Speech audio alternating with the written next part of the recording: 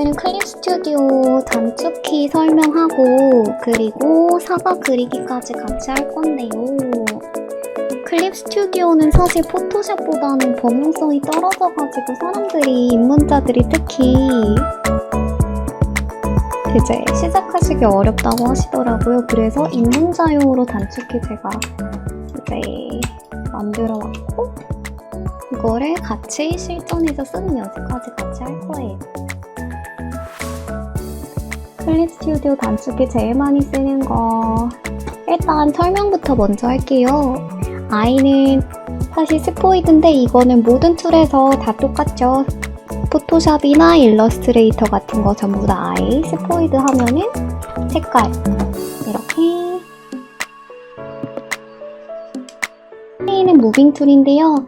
이게 제일 사람들이 헷갈려하는 거예요. 왜냐면 포토샵에서는 무빙 툴이 V이기 때문에 이제 헷갈려 하는데 클립 스튜디오에서는 K 누르면은 이렇게 레이어 이동을 할 수 있습니다. 그 다음에 M은 거미 툴인데 여기에서는 저희가 올가미 많이 쓰죠. 올가미 쓸 때 올가미로 선택하고 이렇게 움직이는 거, 이게 거미 툴이고요. 그 다음에 U는 도형 툴이에요. 그래서 직선 같은 거 할 때 도형 많이 쓰죠. 그 다음 컷 테두리 있는데 한 번 더 누르면은 컷 테두리가 된다. 이거는 이렇게 선택하면 테두리가 되고 주변에 나눠져요. 한 번 더 U를 눌렀을 때에는 여기에서 저희가 평소에 많이 쓰는 대칭자 이렇게 나오는데 이건 나중에 그림 그릴 때 설명드릴게요. 그 다음은 G는 채우기인데 이렇게 동그라미가 있을 때 G를 누르면 채우기를 할 수 있습니다. 한 번 더 눌렀을 때는 그라데이션. 그래서 이렇게 슬래시 돼 있고 나와 있는 거는 한 번 더 눌렀을 때 나오는 툴들 써놓은 거예요. 그 다음은 브러쉬 볼게요. 브러쉬. 이제 B는 브러쉬인데 한 번 눌렀을 때는 이런 브러쉬, 그리고 두 번 눌렀을 때는 하이라이트 그림자 쓸 수 있는 에어 브러쉬 나오고요. 또 한 번 눌렀을 때는 데코레이션 나옵니다. 이렇게 배경으로 쓴 레이스나 아니면은 저희가 배경할 때 흔히 쓰는 나무들 이런 것들 있는 게 데코레이션 있는 칸이거든요. 유용하니까 많이 기억하시고요. 그 다음에 P 제일 중요하죠. 펜. P 한 번 누르면 펜인데 여기에서 또 클립 스튜디오는 펜이 많아요.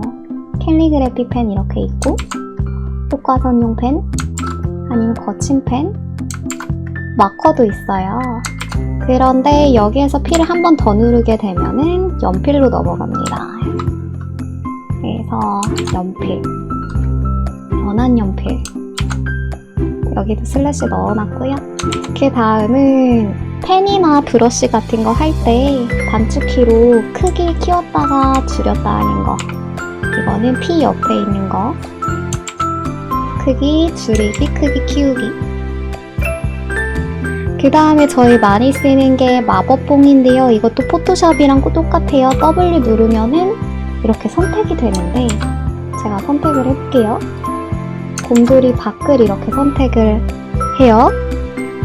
그런데 이 안쪽을 선택하고 싶을 때 그럴 때는 Shift 이거 이따가 같이 설명드릴까요? 일단 마법봉은 W. 포토샵하고 똑같죠? 자동 영역 선택. 그리고 사실 텍스트는 잘 안 쓰긴 하는데 일단 텍스트 단축키는 T긴 하거든요. 그런데 사실 텍스트 넣을 거면은 포토샵 추천드리긴 해요. 왜냐하면 클립 스튜디오에서는 이제 무언가를 썼을 때 이 자간이, 그 자간이 좀 넓어가지고 예쁘게 나오지 않거든요. 텍스트, 한국어는 괜찮은데 클립 이렇게 영어 자간이 좀 넓어가지고 컨트롤하기가 조금 힘들어요. 그래서 텍스트 쓸 때는 포토샵으로 하는 거 추천드리고요. 그리고 아까 이제 요거는 이제 기본적인 키보드로 하는 단축키인데 이제 컨트롤이나 알트나 시프트 눌러가지고 하는 단축키들, 특히 입문자분들은 그런 거 모르거든요. 그런 단축키들 알려드릴 건데 일단 컨트롤 D는 선택 영역 해제예요. 영역 선택 해제예요. 이게 무슨 뜻이냐면 아까 저희가 M을 눌렀을 때 올가미 선택이었잖아요. 그래서 이걸로 K로 이렇게 옮길 수 있다 했는데 이거를 선택 해제하고 싶을 때 컨트롤 D 누르면 해제됩니다. 요거 제일 많이 쓰는 거 컨트롤 D. 그 다음 컨트롤 T, 이것도 많이 쓰는 건데 아까처럼 이렇게 선택을 해. 그 다음에 이걸 옮길 수도 있고, 그런데 요 크기를 좀 키우고 싶어요. 그럴 때 컨트롤 T 하면은 이렇게 크기 조정이 됩니다. 그리고 당연히 써놓진 않았는데 컨트롤 C, 컨트롤 V 하면은 복사 붙여넣기고 컨트롤 Z 하면은 되돌리기입니다. 써놓진 않았는데. 그리고 컨트롤 쪽은 넘어가고 알트 쪽 보면요. 이거는 그림 그릴 때 제일 많이 쓰는 건데 알트하고 마우스 휠, 방금도 제가 했는데요. 캔버스 크기 조정이에요. 캔버스 제가 보는 크기 조정. 가까이 하기, 멀리 하기, 가까이 하기, 멀리 하기. 그리고 사실 밑에다 넣어놨는데요. 알트 마우스 휠 하면서 이렇게 보고 싶을 때 스페이스 한 다음에 마우스를 누르면 이렇게 볼 수 있어요. 여기 맨 밑에 써놨거든요. 이거는 맨 밑에 써놨는데 스페이스 누르고 이렇게. 이게 알트 마우스 휠하고 사실 세트예요. 세트. 이렇게 가까이서 보고 여기 살펴보고 다시 멀리 보고 이게 세트고, 알트 우클릭 드래그, 이건 해당 레이어 복사인데요. 요거는 무슨 느낌이냐면 여기 곰돌이가 있죠. 곰돌이가 있는데 이 친구를 복사하고 싶어 했을 때 이 레이어를, 오른쪽에 레이어를 선택하고 컨트롤 C, 컨트롤 V 하면은 되긴 하거든요. 그런데 좀 귀찮을 때 레이어를 선택하고 알트 한 다음에 이렇게 우클릭 드래그를 했을 때 저절로 복사가 돼요. 이거는 어떨 때 쓰냐면 단추 같은 거를 그렸어. 단추 같은 거를 그렸는데 옆에 레이어까지 가서 복사하기가 귀찮아. 이렇게 컨트롤 C, 컨트롤 V 하면은 이렇게 생기거든요, 새로. 이렇게 레이어가.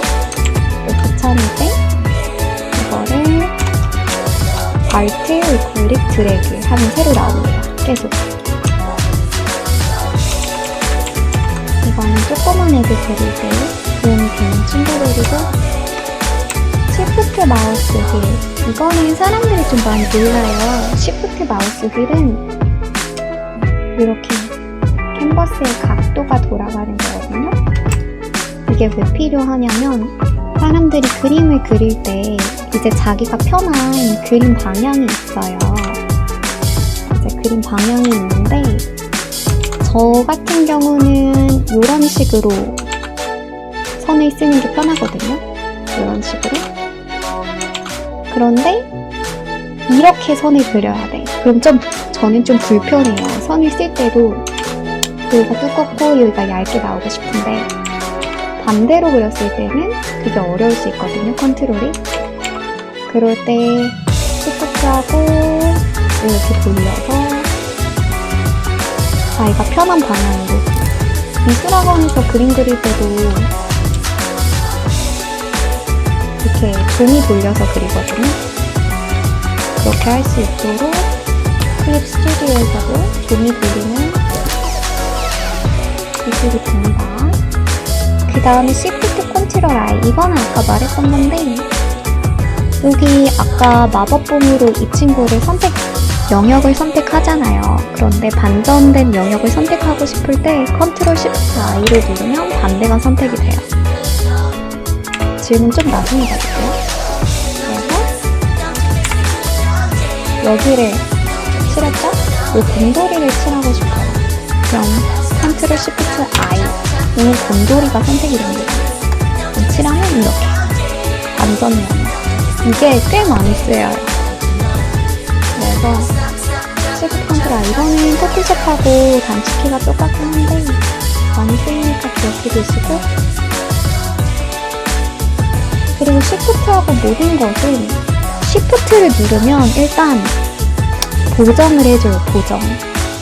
직선 아니면 정형으로 나가게 보정을 해주는데, 이게 무슨 뜻이냐면요. 직선을 그릴 때 저희가 당연히 이렇게 펜으로 그릴 수도 있지만 도형 같은 거를 썼을 때 직선으로 이렇게 그리잖아요. 그런데 쉬프트를 누르면 저절로 직선으로 내려가요. 이렇게 45도, 90도 이런 식으로 저절로 쉬프트를 쓰면 이렇게 되고, 사각형도 직사각형 이렇게 그릴 수 있는데 쉬프트 사각형 하면 정사각형으로 됩니다. 쉬프트는 일단 뭐든지 깔끔하게 정형으로 하고 싶을 때 쓰시면 되고요. 마지막으로 스페이스 마우스, 이건 아까 말씀드렸는데 이제 마우스를 할 때 이렇게 잡고 돌릴 때 쓰는 거.